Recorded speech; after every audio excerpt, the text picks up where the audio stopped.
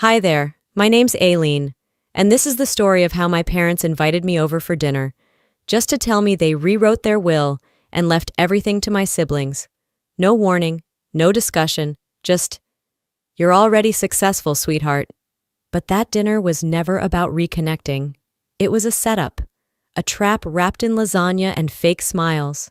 And that night, sitting at the same table where I once learned my multiplication tables, I realized something far worse than being left out. I was only ever useful to them as long as I stayed silent and paid the bills. I'd covered their mortgage, paid off my brother's DUI fines, bought my sister's influencer gear. I did it all without keeping score, because I thought that's what love looked like. But when I stopped paying, the real faces came out. The lies, the smear campaigns, the vandalism. So, how did it all unravel? What finally pushed me to say enough? And when I finally fought back, how far were they willing to go to make me the villain? Stick around. It gets uglier before it gets free.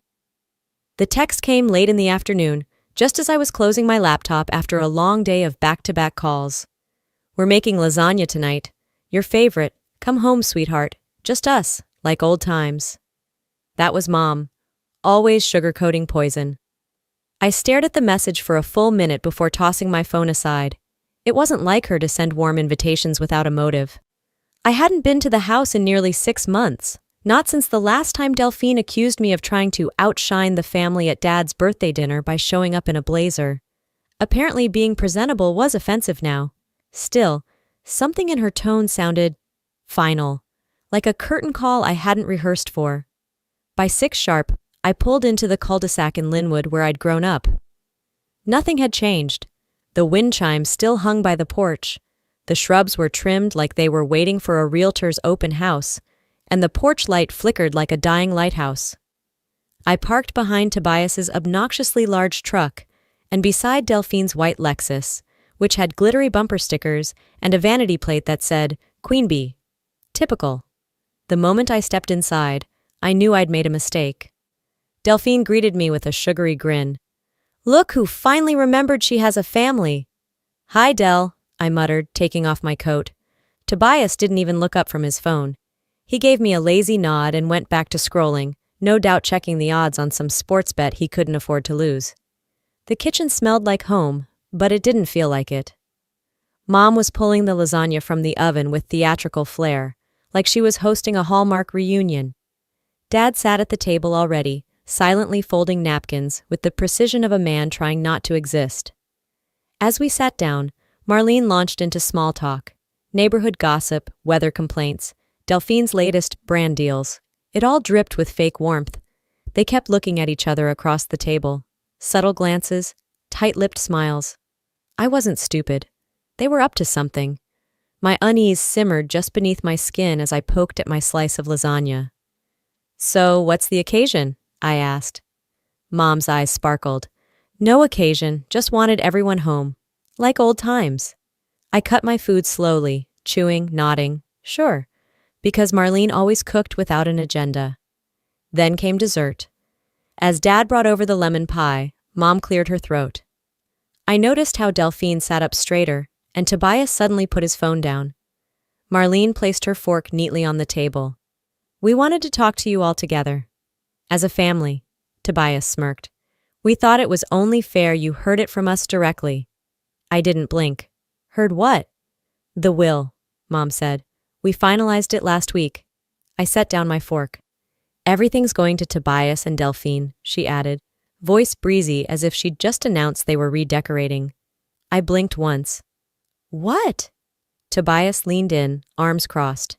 "You don't need it, Aileen. You've got your career, your apartment, your whole independent woman vibe." Delphine laughed under her breath. "Yeah, and the rest of us? Some of us still need help. We're not obsessed with success." I looked to Dad, waiting for something, anything. His eyes were fixed on the silverware. The silence stretched, heavy like wet concrete. I swallowed hard, trying to keep my voice from shaking. "So let me get this straight. You're cutting me out completely because I've managed to take care of myself?" Mom's expression didn't change. "You've always been the one who didn't need us. And frankly, we think that's beautiful. You're strong." That word, strong, landed like a slap. Delphine leaned back, smug. I mean, buying us stuff all these years doesn't mean you're owed anything. That's not how families work. Tobias added, You did it to feel important. Now you're mad it didn't buy you a seat at the table. My pulse roared in my ears. I looked at Dad again. Nothing. You know what hurts the most? I said, voice quiet but steady. Not that I'm being cut out. Not even that I paid your mortgage for 2 years without ever being thanked. What hurts is realizing none of you even liked me. You just used me. Marlene gave a cold smile. Don't be dramatic. This is about fairness. Delphine snorted. Spare us the sob story. Tobias shrugged. You act like this is betrayal. We're just moving on. I stared at them, really stared. My mother's curated denial, Tobias's smug entitlement, Delphine's shallow cruelty. I'd walked into that house thinking maybe this was the start of mending something. Instead, I'd been ambushed. My hands were trembling beneath the table. I curled them into fists against my thighs. I turned to Dad one last time. Are you really okay with this? His lips parted, but no words came out. That's when I knew. It had never been about love. It had always been about control. And I was the only one who didn't follow the script. I stood slowly, the chair scraping against the hardwood. All 3 of them looked up at me, startled by the sound, like they hadn't expected me to stand at all. I took a deep breath, willing my voice to remain calm. You're right, I don't need you, but you sure as hell needed me. And now you'll find out what life looks like without my help. Mom scoffed. This is exactly why we didn't tell you sooner. Delphine rolled her eyes. Always making it about yourself. I turned without another word. At the doorway, I hesitated, not out of doubt, but closure. I looked back one last time, straight at my father, the man who had once told me I could do anything. Now he couldn't even look me in the eye. I opened the door. The air outside was sharp, clean, real. I stood up, swallowed the lump in my throat, and said something I never thought I'd say at that table. The words had barely left my lips when the silence hit harder than any slap could. I didn't leave right away. I wanted to, I should have. But I stood there, just behind my chair, as if the act of standing had shifted something permanent in the room. My hands were steady now. My voice had done its job, but my heart? It was quietly splitting open. Marlene leaned back, the corners of her mouth tugging upward like she'd won a prize. You always react like this, she said coolly. No one's attacking you. Tobias scoffed. She thinks everything is about her. Typical. I crossed my arms, locking my gaze on my mother. I gave everything, and this is how you repay me? It's not about repayment, she said, as if the word itself was vulgar. It's about family. You've always made it transactional. That was rich, coming from the woman who used my bank account like it had no password. Tobias added with a smirk, You act like you deserve a medal for doing what family should do. I clenched my jaw. Covering 2 years of mortgage payments wasn't family duty. Neither was refinancing my own loan to pay your tuition. Oh, please, he said, waving me off. You're obsessed with numbers. That's your whole personality. Delphine joined in. You never show up unless it's about money. We feel that, Aileen. There it was. The group performance, one by one, each of them picking their cue. I'd seen this show before, but never from the front row. I didn't come here to beg, I said flatly, but I expected a shred of decency. Marlene's tone sharpened. What you expected was control. You think that just because you earn more, you're owed more. That's not how this family works. I earned everything I have. You asked for help. I gave it, every time, quietly. And that's the problem, she said, her voice rising. You think being quiet makes you noble. It doesn't. It makes you manipulative. I blinked. Excuse me? You helped us because it made you feel powerful, she continued. And now that we won't let you dangle that over us, you're throwing a tantrum. Gaslight, deflect, reverse. Classic Marlene. I turned to Walter, who still hadn't spoken. Dad, I said slowly, do you really think this is fair? He inhaled, shifted in his seat. His eyes flicked to mine and then back to the floor. You're the strong one, sweetheart, he said quietly. You've always been strong. That answer landed like cold steel in my chest. I'm not asking for your admiration, I said. I'm asking if you were ever on my side. His lips pressed together. No answer. Just like always. I felt my throat tighten, but I didn't let it win. Every gift, every loan, every last-minute Venmo to cover someone's overdraft. I never kept a record, because I thought love didn't need receipts. Delphine rolled her eyes. We didn't ask for all that. No, you expected it, I snapped. You expected me to clean up your messes without question, and now you're painting me as greedy for finally saying no? Marlene stood up slowly, her tone sharp. Don't twist this, Aileen. We didn't cut you out. We simply gave to the children who need more support. Then be honest and say it. I was just your bank account. That's all I ever was to you. No one replied. No one moved. The air in the dining room turned thick, like the walls themselves were ashamed. I stepped away from the table. The floor creaked beneath my heels, but no one followed. No one tried to stop me. That hurt more than I'd expected. I'm done, I said, barely above a whisper. Still, they said nothing. Not even Delphine. Not even Walter. The front door clicked behind me with an eerie softness. The evening had grown colder since I'd arrived. The sky above the cul-de-sac was an inky navy now, the last hints of daylight slipping behind clouds. I didn't drive home right away. I parked 3 blocks from my building and just sat there, engine running, staring at the quiet rows of apartments glowing with warm, inviting light. People inside were probably winding down from normal Saturdays, pajamas, sitcoms, maybe a glass of wine. Meanwhile, I had walked out of the house I grew up in like a stranger escaping a courtroom. When I finally got back to my place, I didn't turn on the lights.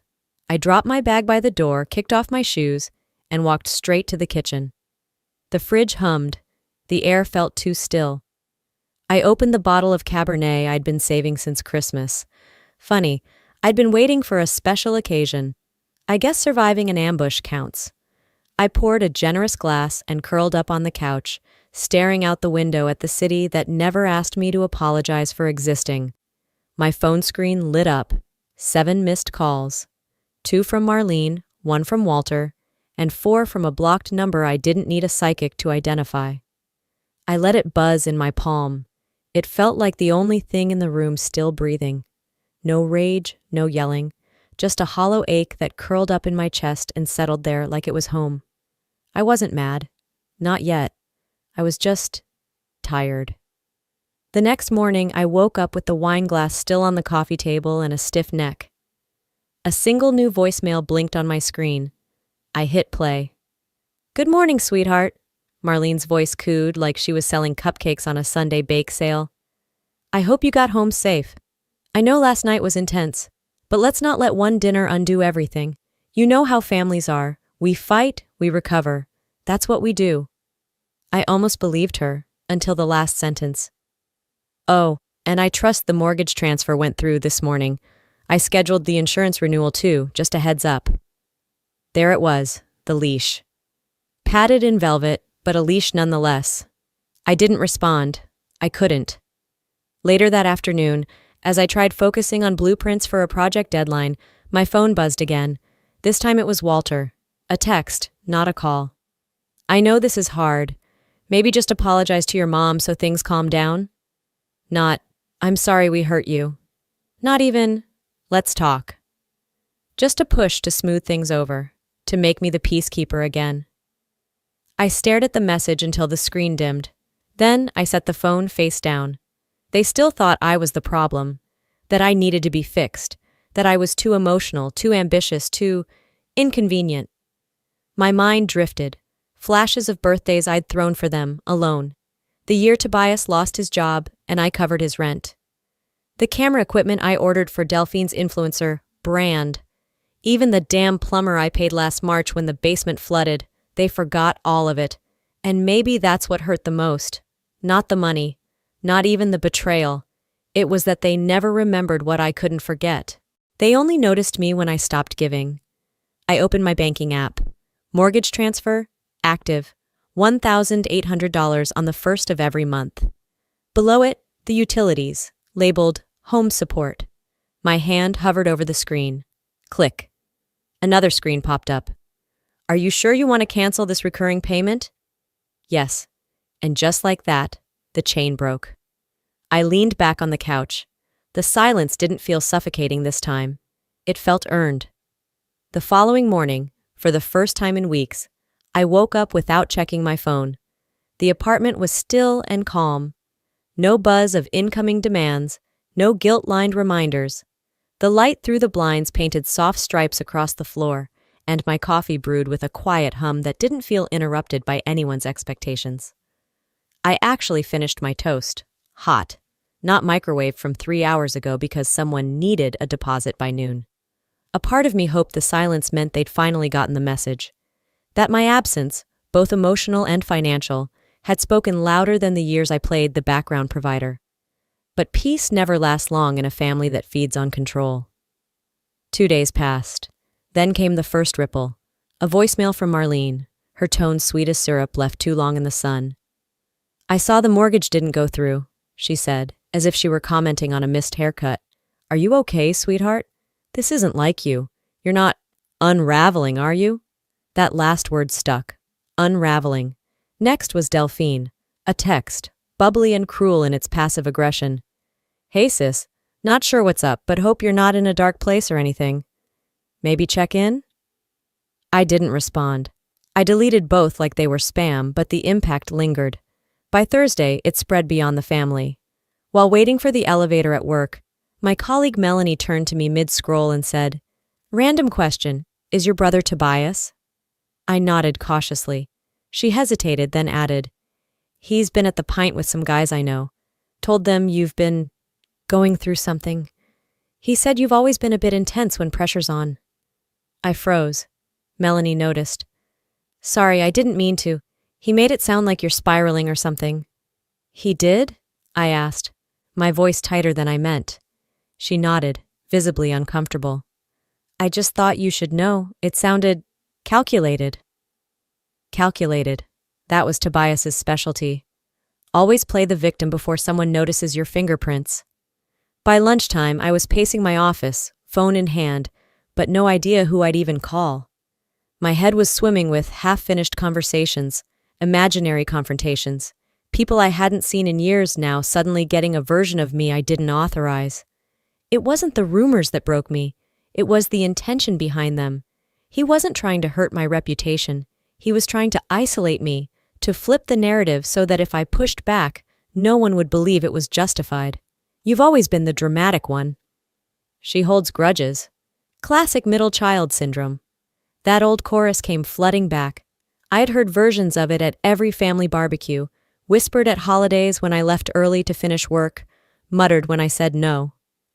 I closed my office door and sat on the floor, knees to my chest, breath shallow. For a moment, I felt 12 again. When I told Mom I didn't want to share my birthday party with Tobias, and she said, "You need to learn to put others first." Or 16. When I cried after being skipped for college tour money so Delphine could go on her dance retreat, and Dad said, "Don't make things harder than they are." My therapist's number was still in my contacts. I hadn't called in over a year, but that afternoon I did. She didn't ask what happened, she just said, "Talk." I told her everything, the dinner, the will, the payments, the smear campaign. When I finished, her voice came through the line like warm water over ice. "You're not the crazy one, Aileen. You're the clear one. That's why they're scared." That night, I sat on my balcony watching the lights of downtown shimmer like tiny mirrors reflecting every version of myself they had tried to shatter. My phone vibrated again. This time, it was a notification. Tobias had posted a story. I didn't open it. I didn't need to.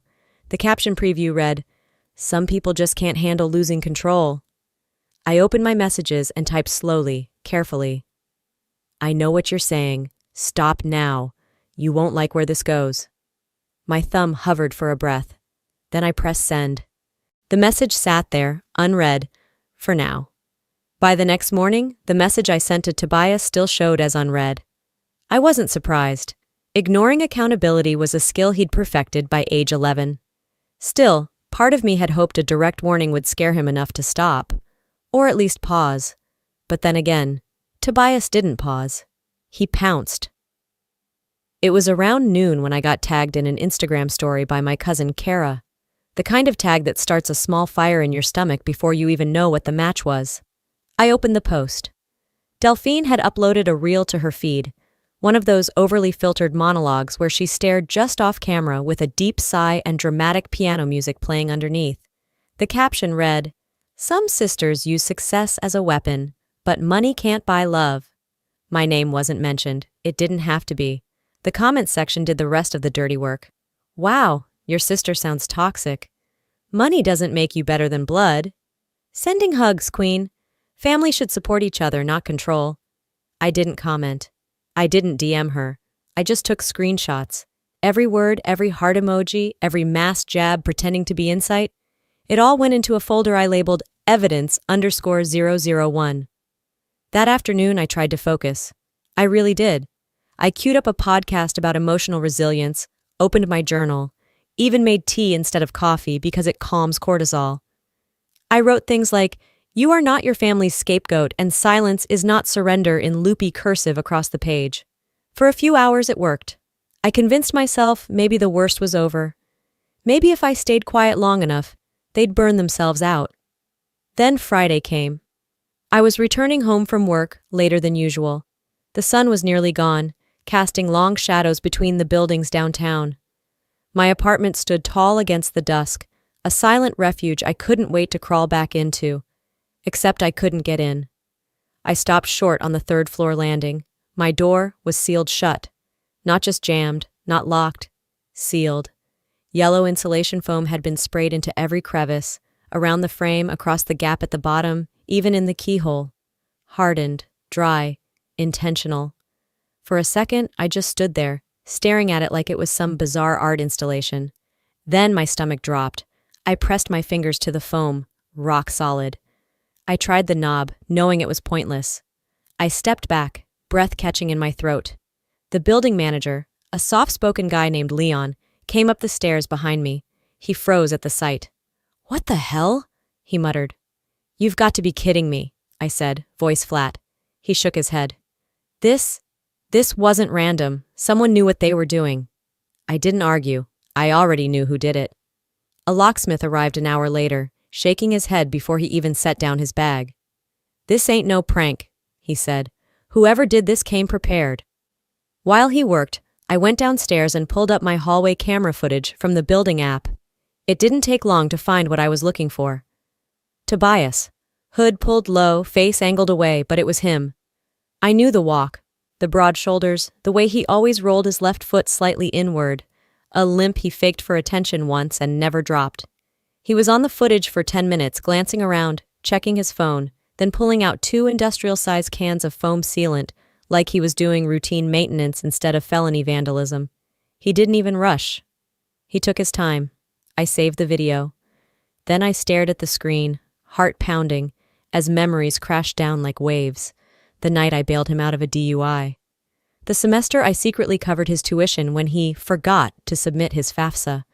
The check I wrote for his engagement party that never actually happened. "I saved you," I whispered, "and you spray-foamed my door shut." The locksmith finally cracked the seal around the frame, and I stepped inside to find a slight chemical smell, but everything else intact. I locked the door behind me and collapsed onto the couch, anger bubbling just beneath the surface. Not the kind that makes you cry, the kind that sharpens your focus. I opened my laptop, uploaded the footage, saved the time-stamped screen, and then I opened the city's non-emergency police report page. Type of incident? Vandalism. Suspect known? Yes, relative, brother, full name provided. At the bottom, there was an option to upload evidence. I attached the footage, double-checked every field, took a breath, and hit send. "He crossed the line," I whispered. I warned him. The following morning, I stood in line at the downtown precinct, a flash drive in one hand, my ID in the other. My coat still smelled faintly of the foam the locksmith had scraped from my door the night before. I wasn't nervous. I was done shaking. Inside, the woman at the front desk directed me to an officer named Reyes. He sat across from me in a cramped office lined with laminated posters about fraud prevention and domestic disturbances. As I handed over the flash drive, I braced for a look. Judgment, skepticism, pity. But it never came. Instead, Officer Reyes plugged in the drive, clicked play, and nodded. Clear intent, vandalism. You've got solid evidence here.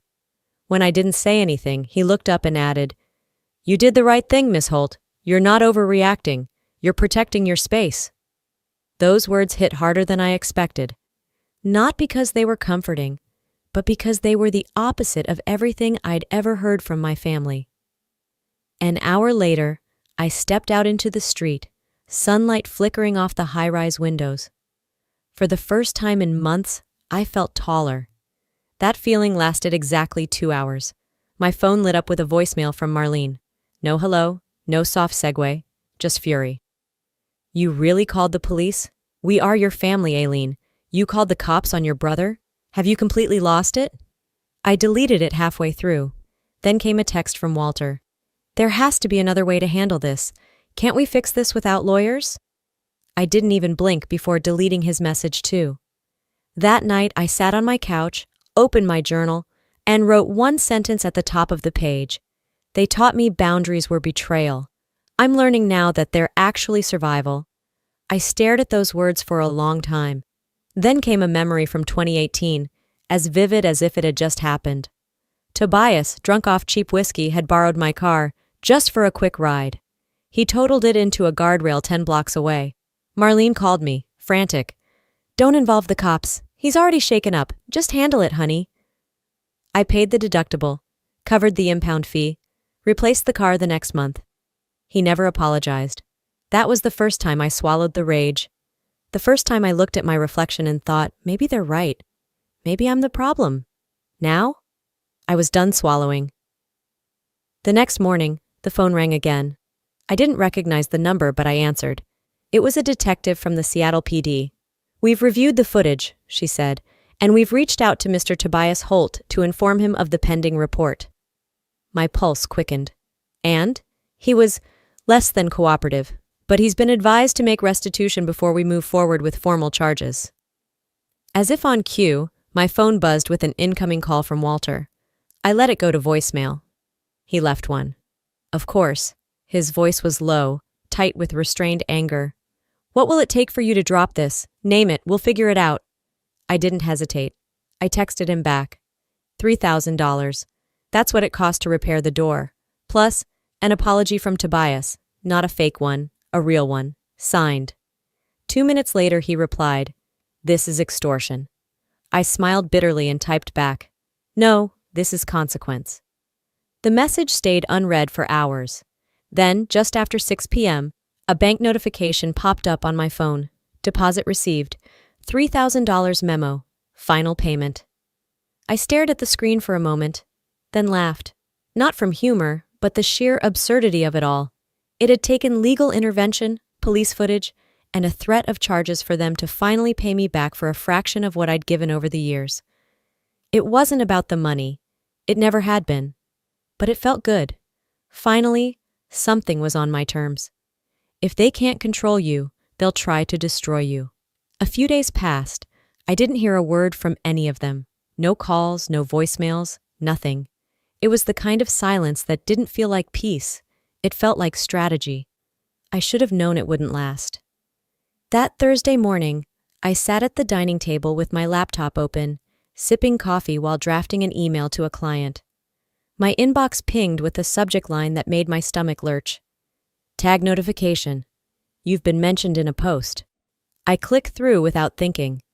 Delphine had posted on her Instagram stories again, this time with pastel pink text over a moody photo of a sunset.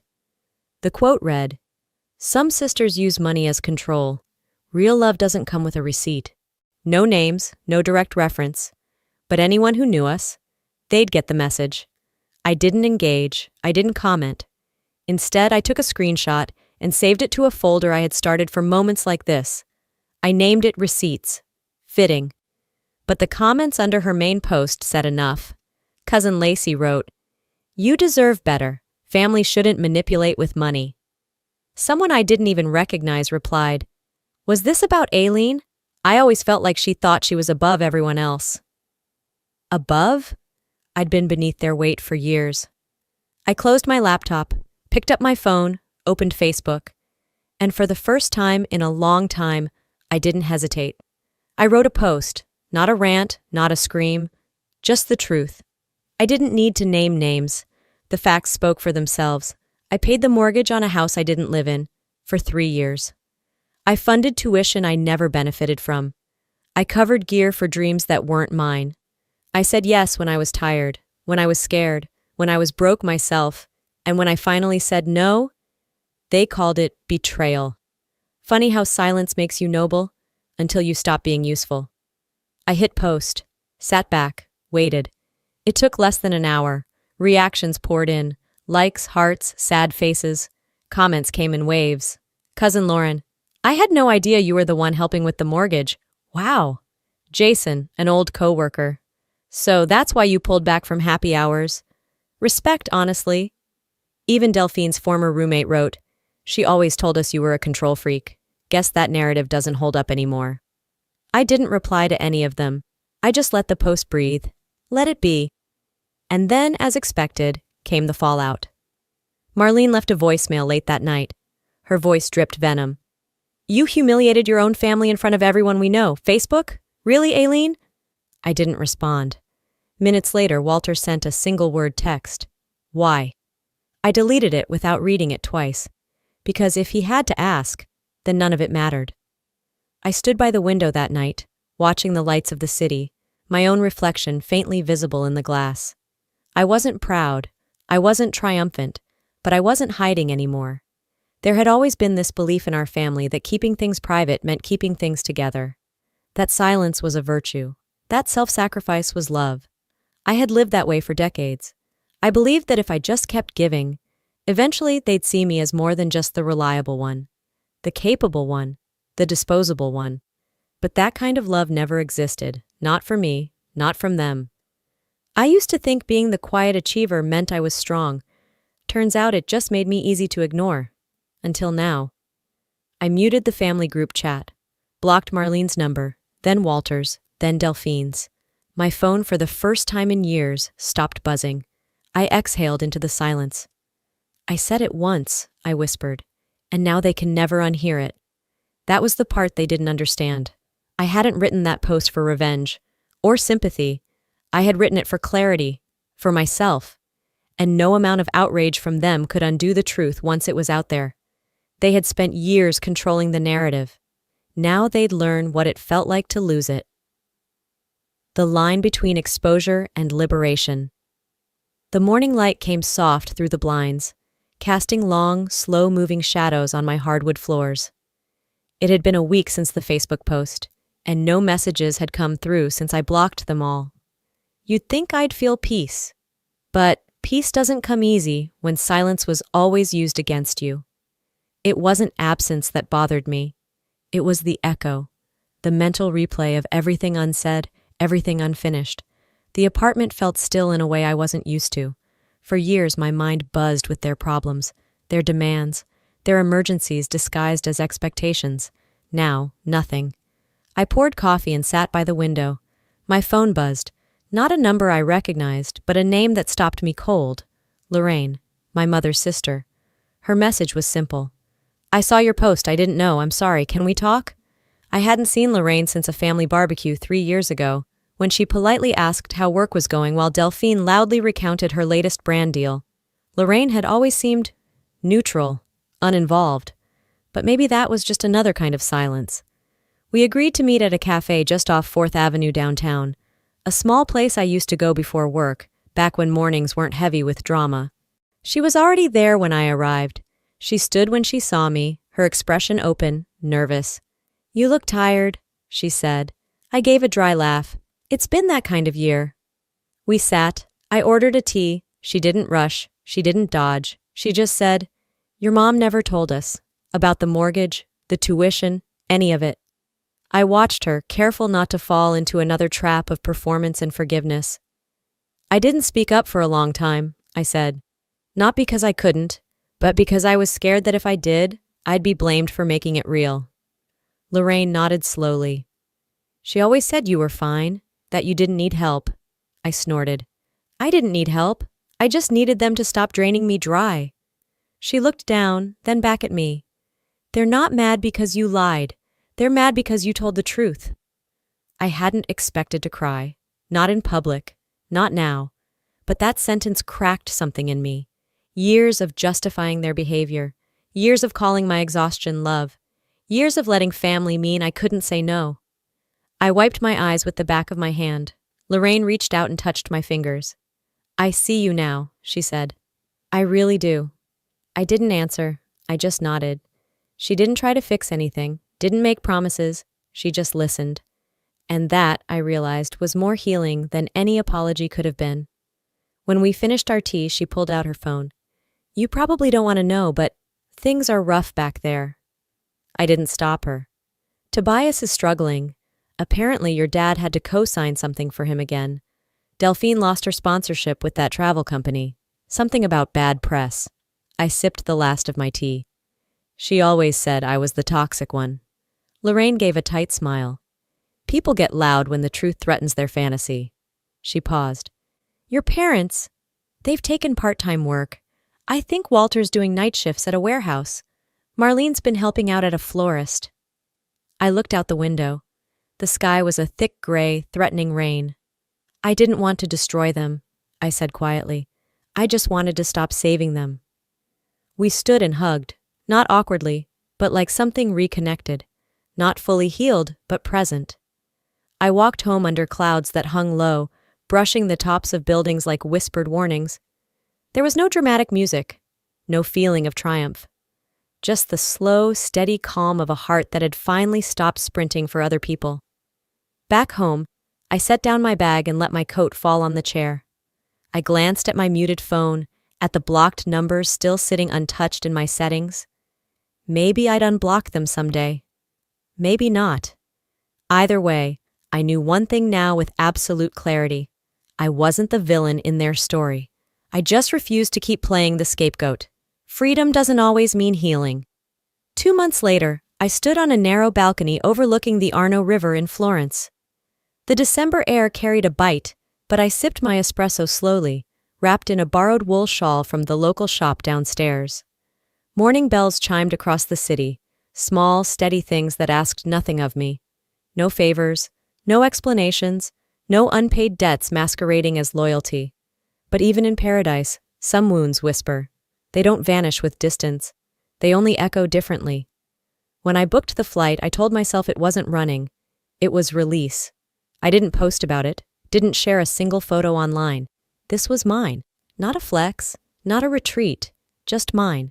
Florence was a strange kind of beautiful. Cobbled alleys that curled into sudden plazas, frescoes tucked into quiet corners of cathedrals, the murmur of languages I didn't understand, soothing because they weren't meant for me. Everything about this city told me I didn't owe anyone anything here. I wandered museums alone, letting color and centuries wash over me. I left coins in church boxes without making wishes. I journaled in cafes with no Wi-Fi, letting ink flow like breath. Some days, I didn't speak to anyone but baristas. And that felt more honest than most of my conversations back home. I filled pages of a leather notebook Lorraine had given me before I left. On the first page I had written, I spent my whole life funding their dreams. Now I'm finally buying back my own time. Some pages were filled with questions, some with guilt. But the longer I stayed, the more I began writing things that sounded like possibility. Then one afternoon, while sitting on a bench outside Santa Croce, an email popped up from Lorraine. No message, just a single photo. It was taken from across the room, probably a phone snap during a holiday gathering. Marlene sat at a corner table in a local diner, her face caught in profile. Her hair looked thinner, her shoulders slumped. A plate of untouched food sat in front of her. I stared at the photo for a long time. Then, quietly, I saved it to my folder labeled Family Archive. Not revenge, not pity, just context. I didn't reply to Lorraine's email. She would understand. That night, I took a walk along the riverbank. The water was dark, moving slow. My boots clicked against stone. I thought about the version of me that had once juggled 2 jobs while paying for Tobias's textbooks. The girl who drove Delphine to photo shoots on her only day off. the woman who answered late-night calls from Marlene while exhausted from back-to-back deadlines. That version of me had been called selfish the minute she stopped saying yes. Now, no was my favorite word. I whispered it to the Arno, just to hear it out loud. No, no, no, not in bitterness, but in practice. Because reclaiming it wasn't just an act of resistance, it was survival. When I flew back to Seattle, the sky welcomed me with thick, wintry clouds. The city hadn't changed, but I had. My apartment felt warmer than I remembered. Not in temperature, but tone. The silence was mine now, not something pressed against me like a punishment. I lit a few candles, turned on music, set the table for 4. Just a few friends. Nothing fancy. A simple dinner, laughter in place of judgment, refill offers instead of obligations. Lorraine arrived last.